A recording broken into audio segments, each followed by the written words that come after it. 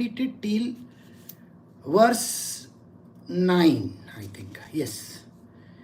Up to verse 9, we understood that there is an advent of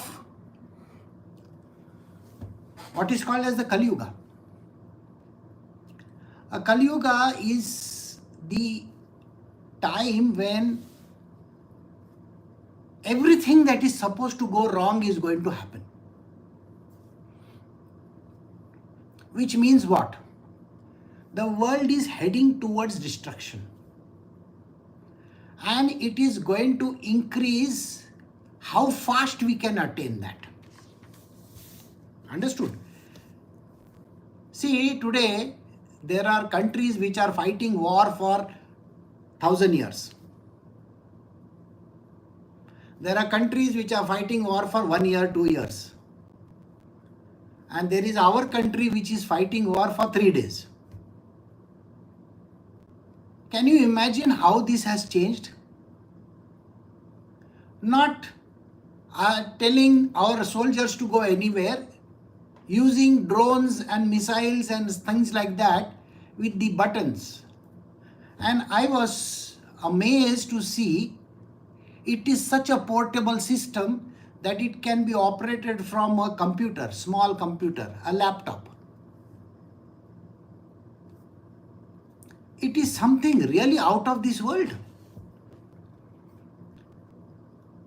So things are happening very fast. NASA sent one rocket to moon. After that it sent many. But they were sending it in a very sporadic fashion. And then for 10 years nothing happened. Then one person comes out of the blue and says, why should it cost a rocket $1 billion? I'll make it in 100 million. Their rocket, if it goes, it is gone forever. It doesn't come back. My rocket, 100 million rocket will go, come back, go, come back, go, come back. It will do shuttle service. You know shuttle service like you have your buses and trains and your aircrafts. So it will shuttle from there to here, there to here, there to here, there to here. And he did that. Today, you can go to outer space and come back as if you are going to buy your vegetables. That's what Elon Musk has done in this world. Who could have imagined that Kali Yuga has made everything so fast? So in the advent of Kali Yuga, though the technology and all moves at a very fast pace, but the morality of human beings goes down tremendously. Technology going up, morality going down. Human beings are going to be completely immoral. They are going to be having less intelligence. They are going to be total dumb clucks in this world. They will not even understand another thing. Few people are going to be smart. The rest of the world is going to be like, the rats of Hamelin. And only one Pied Piper. So this is where the world is going to come to. Another thing which is predicted in many scriptures, many of our scriptures, I will tell you. First is the rise of a woman. She is going to rise. Rise means she will take charge. She will tell the man what he is supposed to do. The man will have no brains or nothing like that. She can keep on dictating terms to him. You do this, you do this, you do this, you do this. He will have to end up doing. He has no choices. The law will be on her side. Not only the law, the whole world is going to be on her side even if she is wrong.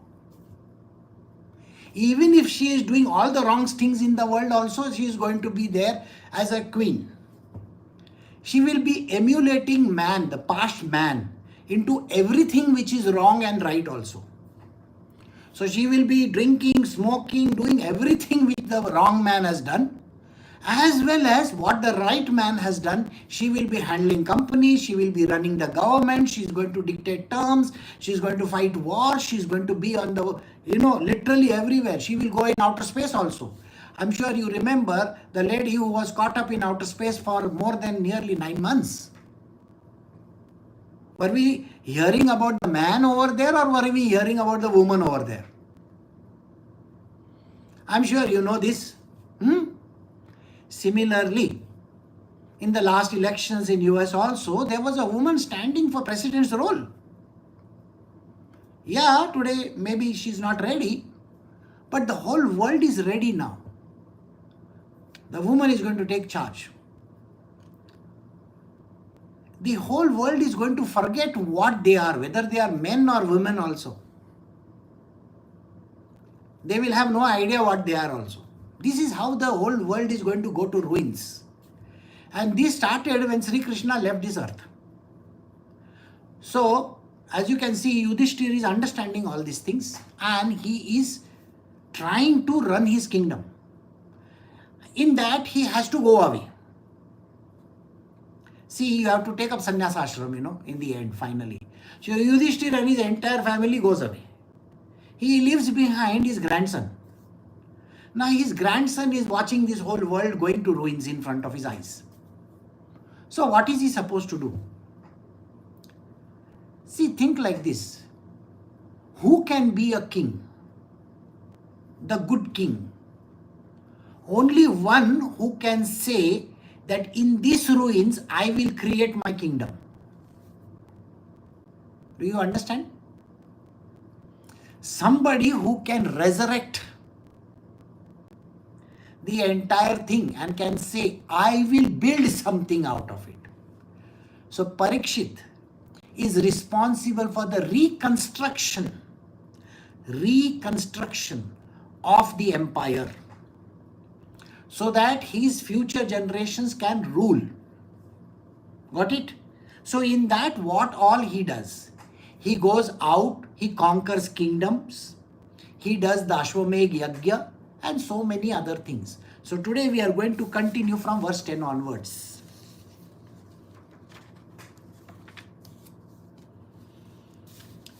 We are doing Srimad Bhagavatam, Canto 1, Chapter 16, verse 10. Sutta Goswami said, while Maharaj Parikshit was residing in the capital of the Kuru Empire, the symptoms of the age of Kali began to infiltrate within the jurisdiction of the state. When he learnt about this, he did not think the matter very palatable. This did, however, give him a chance to fight. He took up his bow and arrow and prepared himself for military activities. Look at the way a king is. Somebody who is fit enough to be a king. The advent of the Yuga has come up, Kali Yuga. Everything is going to ruins. He can also see it with his own eyes. He doesn't sit and cry over there.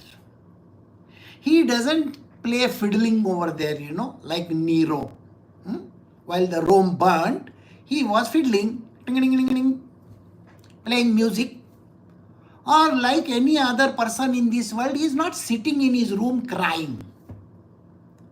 Or doesn't say, I am thinking, I'm thinking, I'm thinking, I'm thinking, I'm thinking. Or is not even becoming like a person who is lost. I don't know what to do, what is going to happen, the whole world is crumbling around me. You see, there are people in this world, 99.9% of the people are like this. They don't have the guts to face the world. That is why they can never be leaders. And if you think you are one of them, how are you going to bring up this entire world in the future? King Parikshit is not afraid. He knows that he has been given a land and this yuga which is going to be going in ruins. Doesn't mean anything. I am sure some of you have seen the movie Mad Max. There is always a Mad Max, right? And there is always somebody who has to rise from the ashes. Not keep on crying and thinking. There was also one Will Smith movie where the whole world has been destroyed and he is the only one over there. He has a dog also. Now this is a kind of life a person has to lead. where you can rise from the ashes and create a kingdom for yourself. Human beings are afraid. If human being is afraid, he is not one with God. Do you remember Sri Krishna says in 16th chapter, the first word is never be afraid. Fearlessness is the word. If you are fearful, then you are always going to be a loser. Then you are a demonic character. You see, in the whole Ramayana or the Mahabharata or any other scripture on this planet Earth, it is the demons who have to be afraid of that God. Isn't it? One single Sri Ram, one person, and the whole of Lanka, they are afraid of one man who is in the jungles. Think. The entire army of Kauravas are staying in palaces. Palaces, big palaces. They have the choicest of the weapons. And there are 5 people on the road without a kingdom, without a place to stay also. And the last year of their life, if you remember, was said to be in a state of incognito. You remember this? The Pandavas had to spend their last year of their life in Agyatavas. And yet, they are afraid of these 5 people. There is one person who comes without anything. No weapon system. Nothing. Only thing that he has is his brains. That's it. He doesn't even get his or this also. Doesn't get anything. He says, no, I don't need all these things. That is how it is. So this one person is godly person. So you have to understand on which side are you on. Are you the loser in this world? Who is going to sit on the kingdom and do, oh my God, the whole thing is happening like that? Or are you the person who is willing to fight? It's in your hands. So here, Maharaj Parikshit understands the essence of what is going on in this world at that time. When he learned about this, he did not think the matter very palatable. The matter is not good. And this did, however, give him a chance to fight. It gave him a chance to fight in this world. So he took up his bow and arrow and prepared himself for military activities. Verse 11, Maharaj Parikshit sat on the chariot drawn by black horses. His flag was marked with the sign of a lion. Being so decorated, surrounded by charioteers, cavalry, elephants and infantry soldiers, he left the capital to conquer in all directions. Maharaj Parikshit then conquered all parts of the earthly planet, that is Bhratsava, Ketumala, Bharata, the northern Kuru, Kimpurusha, etc., and exacted tributes from their respective rulers. Now, very simply, what did he do? He went in all the directions, conquered whatever land that was there, and all the kings and the queens over there became his subjects. And wherever you go, you have to extract from them something. When you go to war, you cannot leave anything over there. You see, if there are 2 countries or 2 territories fighting with each other, if one territory, one kingdom has taken a land or something from another person, another territory, they normally keep it with them, which they are allowed to in war. Isn't it? So this is what happened. And from others, he collected taxes. He said, no, you don't want me to rule your kingdom, but you want to be a part of my world, then you have to give me taxes. This is how the world is. See, in your world, you may say that is not right and that is not wrong. I'm sorry, you are not here in this world to make law.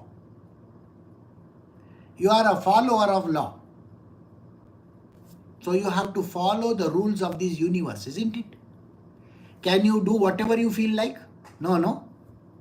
You have to act in a certain manner. The whole world has been created so that it works in a particular way. So there are rules and regulations and everything has been perfectly kept in place. So, whenever the king visited, that is verse 13 to 15, he continuously heard the glories of his forefathers, who were all devotees of the Lord, and also the glorious acts of Lord Krishna. He also heard how he himself was protected by the Lord from the powerful heat of the weapon Ashwatthama. People also mentioned the great affection the descendants of Vrishni and Prathas due to the latter's great devotion to Lord Keshava.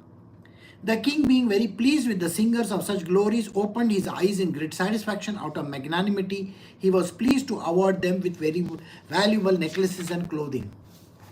Now, wherever he went, what he got was accolades, and people came and worshipped him, and they treated him nicely. See, a leadership position has to be like this. A leader has to be respected because of his power and strength, because of his intelligence, because of the knowledge that he has. If you want to become great in this world, you cannot be a weakling. You have to show the prowess that you have. You have to show how powerful you are. Now, you may say that there are lots of people in this world who have been elected or selected or kept over there because of, because they are somebody's daughter, somebody's son, or somebody's like that. Wait. It is done by the will of God. Do you understand? King Parikshit was born in a regal family, a royal family. Some poor person from the roadside was not born over there. I hope you get the point. If there is a person who is born in a family which is going to rule the kingdom, it is God's will, isn't it? Who are you to say that it is not God's will? See, people may not like that person. See, today, if you see, there was one queen ruling England for many, many years. Somebody may like the queen, somebody may not like the queen. But it is God's will which was there, which made her the queen. Would you agree? In a similar manner, if there is a film star and his son is becoming a film star, it is his destiny to become a film star. You cannot say that, who will say that he should not be? Only losers will say that. Correct or no? Today, if the king is there, or if there is a prime minister of India called Indira Gandhi, okay, she passed on her baton to Rajiv Gandhi, which is what was expected. She also got it from her father, Jawaharlal Nehru. Who must have made them the king or the queen or the prime minister? God only has made, no? We as losers can keep on pointing fingers and say, oh, this is not good, this is not good. Well, it does not matter to anybody. Many a time, somebody gets the property, somebody doesn't get the property. Somebody gets all the brains, another person doesn't get the brains.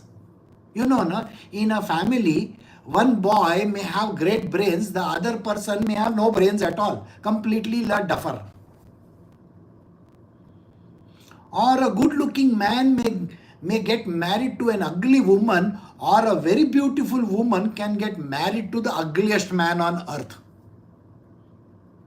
Can that happen? You remember that space scientist who was stuck up in a chair? It can happen like that also. It is God's will. The beauty queen of India was married to one ugly looking duckling. That is okay. What can be done? There is a king in Saudi Arabia or in the Middle East who may have, so many wives. That is his destiny. Why are you complaining about it? I hope you are getting the point. See, God gives everybody that particular position. You can keep on objecting to it. You can keep on saying whatever you feel like. It is not going to happen.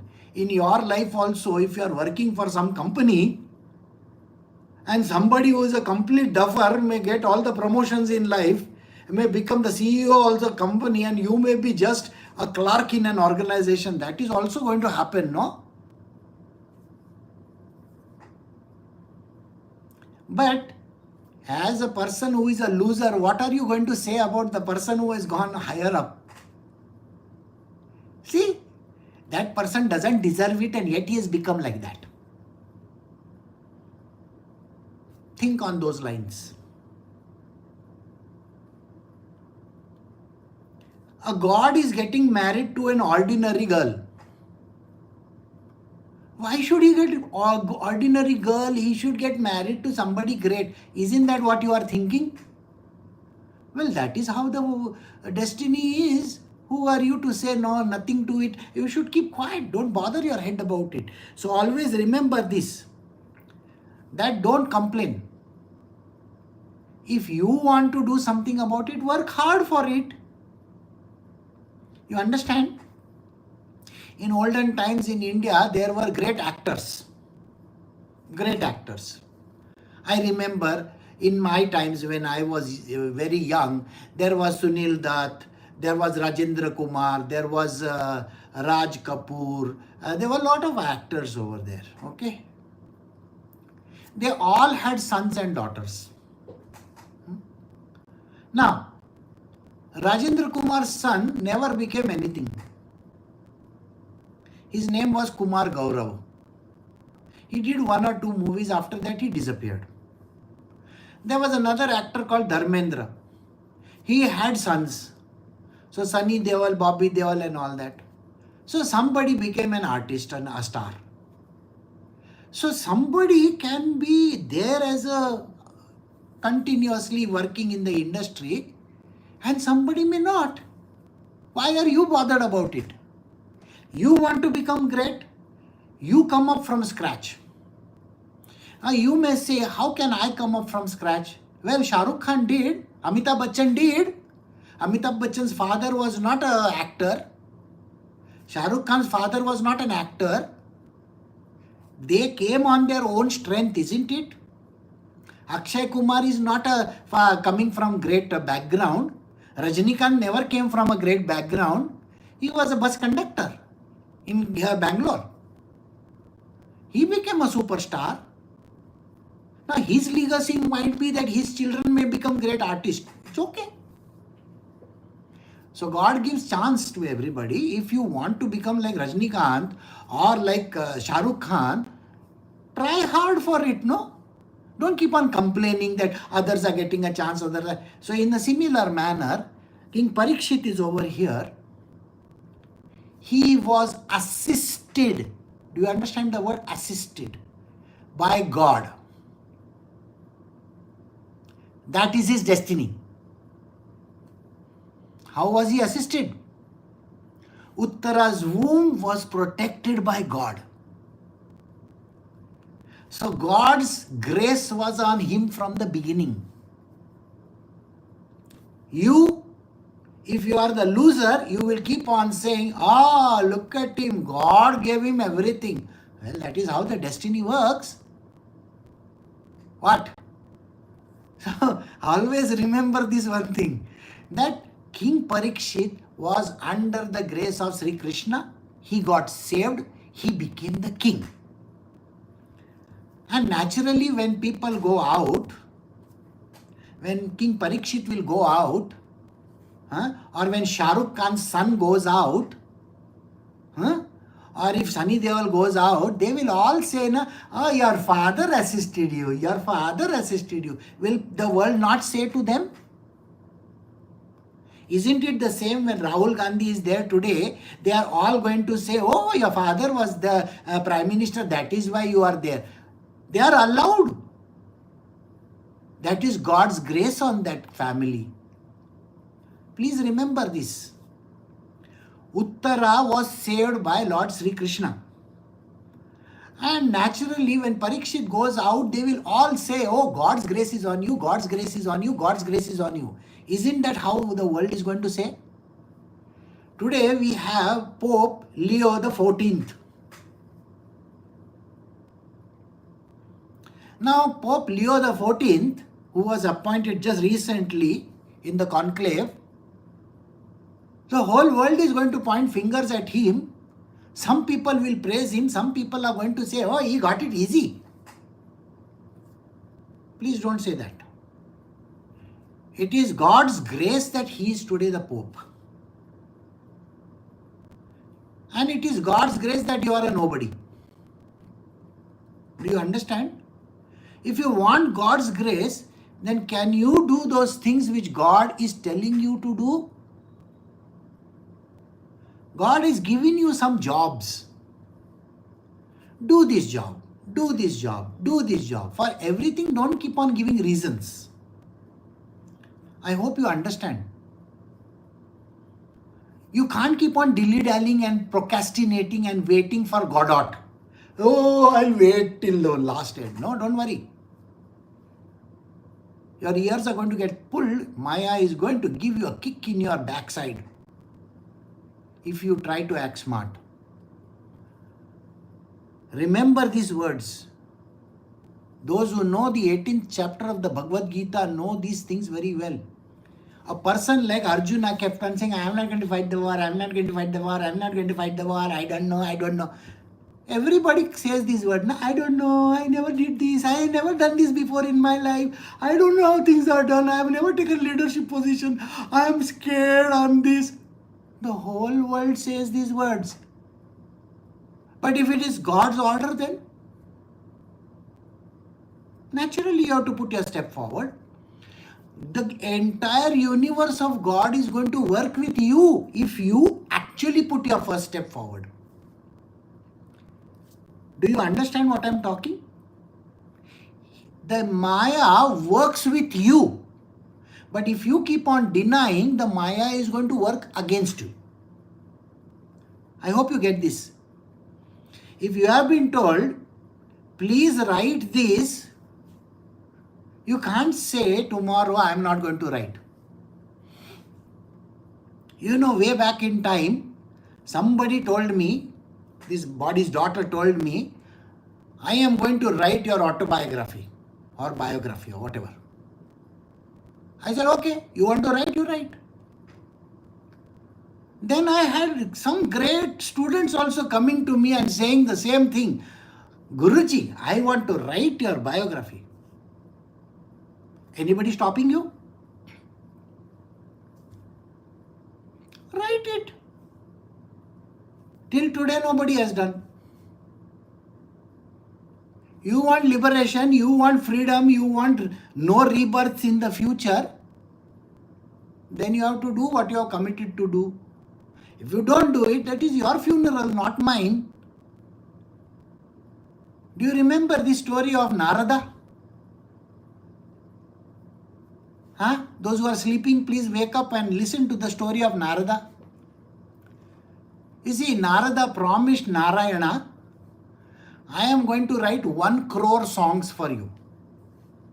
How many? 1 crore. 1 koti songs for you. Now, as a human being, okay? Now think about it. Can a person write 1 crore songs? There is no chat GPT then, okay? So Narada comes, and he comes as a human being. He can write a couple of songs. He has to die. Then he has to come once again. Then he has to write a couple of songs. Then he has to die. Now you tell me, do you think Maya is not going to play a trick on him? So that he should not write the songs? It is God's way of testing him, isn't it? And this is a very important story. Listen to it. So Narada was born as Tukaram Maharaj. Okay? So as Tukaram Maharaj, naturally everybody said a lot of things bad about him. One day he gets very upset with it. What does he do? He takes all the things that he has written, all those books that he has written, and in frustration, he goes and puts it in the river Chandrabhaga. Chandrabhaga is a river near Pandharpur. So he gets very upset with it. And he goes and puts everything in the river.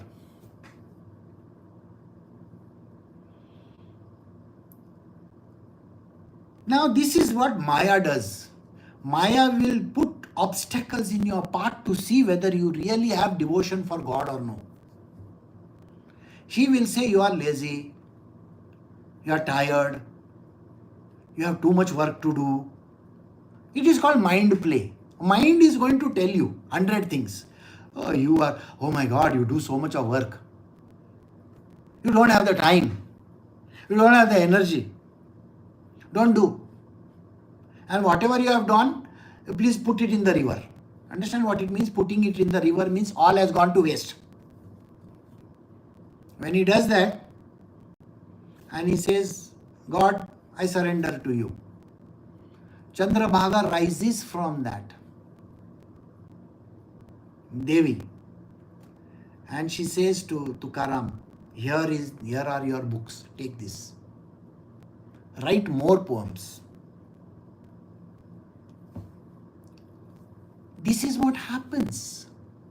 You think this doesn't happen to Sri Krishna if he takes birth? You understand what I'm saying? Sri Krishna also had to go through this.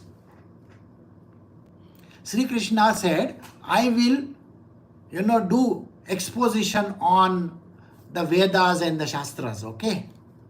And he wrote. His own teacher, he had a teacher. Teacher said, what do you think of yourself? The teacher didn't know he is Sri Krishna, okay? He looked like an ordinary person on the roadside, like kind of, and married man, married people and all, they are having their own stresses and strains like that. So he was like that. So he says, what do you think? You're some great sheikh or what? His teacher is telling him, throw all your things in the river, man. And when they are passing in the river, the teacher forces the student to throw the entire works of his in the river. And Sri Krishna does it. He knows very well that all this is going to come back. This is the story of Chaitanya Mahaprabhu, for those who don't know about it. So, God has his own ways of doing things. Don't deny him things. Just do it. So now let us come back to Narada's story. Narada, when he promised that he is going to write 1 crore verses or 1 crore poetries for Narayana, he has to keep on coming life after life after life after life after life so that he can continue writing. So in the last so many years, you have seen him in various avatars.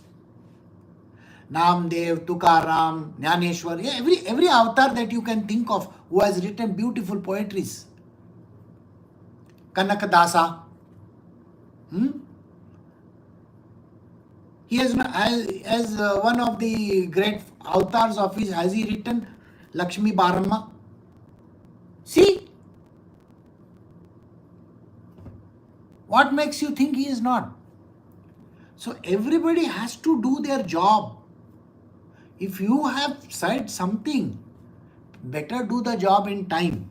So this was told to Maharaj Parikshit that by God's grace you are here today. Understood? And accepting the statement, yes, it is God's grace and it is God's will that I have to do this. It is such a great job. Today morning I was telling a story. In that I said, even Shankaracharya had to go through this problem in his life. Shankaracharya had his disciples. He told some of the disciples, why don't you write an exposition on these two scriptures? His disciples were great people, of course. So, when Shankaracharya told them, nobody was doing it. You know, lazy fellows, no? You may be a great person in your life, but laziness, procrastination, this is the yuga of that. So they themselves, tomorrow, day after tomorrow, next year, after that, they kept on doing like this. But one person from that wrote it. His name was Sureshwaracharya. So the other four decided, oh, he's trying to act very smart. He's going over our heads and writing the book. What does he think of himself? They tried to kill him. Shankaracharya's disciples tried to kill this one person who wrote everything. When Shankaracharya came to know about it, he said, I don't want to be in this place. What kind of idiotic students do I have? They want to kill each other? And he was going away in the night. His disciples saw that he is going. They called him. They said, Guruji, where are you going? He said, what kind of disciples are you? Somebody wants to do good in this world. You want to pull him down? Finally, they all accepted that they were doing something wrong. They asked for pardon. Sureshwaracharya was appointed as the first Shankaracharya of Sringeri Matha. Please remember this. The other three were appointed, one of Puri, one of Dwarka, and one of the north.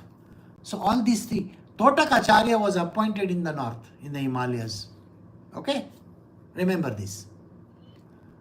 So you got to do what you got to do. And there are great expositions done by Sureshwaracharya. He was the first pontiff of the Matha, which is there over here in Karnataka. That is the first Matha ever established in India. So anybody who comes out of that Matha is called by Swami XYZ Saraswati. I'm sure you remember the story of Saraswati over there, right? So that is why. So, Maharaj Parikshit became overwhelmed with devotion to the lotus feet of the Lord. So instead of getting upset, he was very happy that he has the grace of Sri Krishna on his head. Now you may hear from me what happened when Maharaj Parikshit was passing his days, hearing of the good occupation of his forefathers, being absorbed in thought of them. So what happens over here? Did I miss the page or something like that?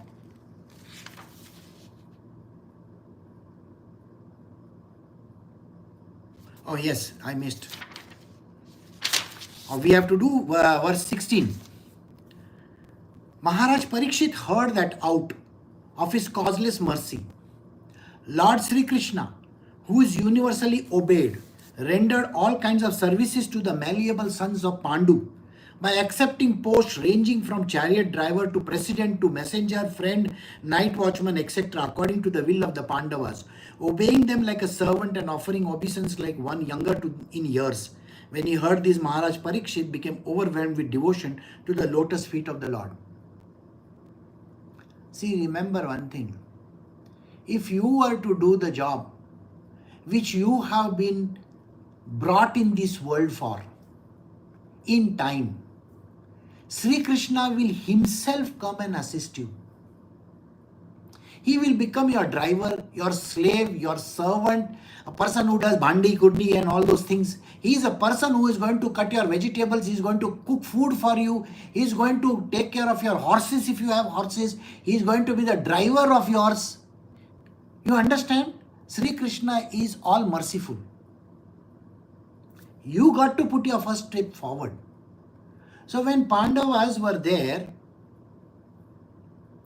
Parikshit's forefathers, when they agreed for doing what they were supposed to do in the war, and Arjuna said, yes, I will fight the war at the end of the 18th chapter. Sri Krishna himself worked over there. What all he worked as? He rendered all kinds of malleable services to the malleable sons of Pandu. He comes as any form and will do any job that is there. Many a times you might have heard of stories where the sage and the saint has gone into the jungles and he may be having sickness or pain or he is not having food or anything like that. God comes in a form and feeds that person, takes care of him, isn't it? In a similar manner, if you have some work allotted by you, by God, please be rest assured that Sri Krishna himself will come and assist you. So, to the sons of Pandu, he became a chariot driver, to president, to a messenger boy, courier service company. You know the courier boy who comes with your Amazon and other deliveries. So he became that as well. A friend, a night watchman. He will keep watch in the night so that you can have good sleep. The Pandavas were having a problem. And he was there to assist them in everything. It's not that he doesn't use his powers over there. He uses his powers also. Have you not seen what flag he has on his chariot? He has his entire coterie of gods assisting him also. As Sri Ram had Hanuman, here Sri Krishna had Hanuman on his chariot, the flag up there. The sun god was helping him, wasn't he? Everything was assisting Arjuna and the Pandavas. And what had to happen, happened. The sons of these Pandavas had to die. That was a different story altogether. Now you may say in some story, why is it that Ashwatthama was saved? Why Karna was not saved? So there are lots of reasoning for that. That is how destiny is written. Remember what I told you just now. Somebody you may think is unfit for a job, but destiny and God's will is different, isn't it? So please understand this. So Sri Krishna comes as whatever that is there possibly in front of you. He is not going to tell you, oh, I am the Amazon courier, He's not going to tell you that. He is not going to tell you, I am your rickshawala. You got what I am saying or no? He may be the auto driver also. Who knows? So he was all this, messenger, friend, night watchman, etc. according to the will of the Pandavas, obeying them like a servant and offering obeisance like one younger in years. So he works like a servant. Do you think today if he is here, he is not going to work like that, like a servant? Ask yourself this question. He will be willing to do any job. Whether it is a driver, whether it's a servant, or whether it's a courier or whatever, he is willing to do anything. And he will offer obeisance to the people around. That means he will consider himself lower than the people over there. He will bow down to them. He will assist them. He will do everything impossible in his world. And when Maharaj Parikshit hears about all these things, heart gets filled with the beauty of what he has done. So God comes and assists you if you are willing to put your step forward. But if you yourself out of ego say, I will not do it, then God comes then also in the form of his Maya. And Maya is very dangerous. Please remember this. Maya can come in the form of your mind and can destroy your happiness also. So be very careful how you work. Something which doesn't exist also will start existing. So, what is the best thing for a human being to do if they want to follow the path of God? Just do it. Got it? And just keep on doing. Krishna is going to be your assistant in everything.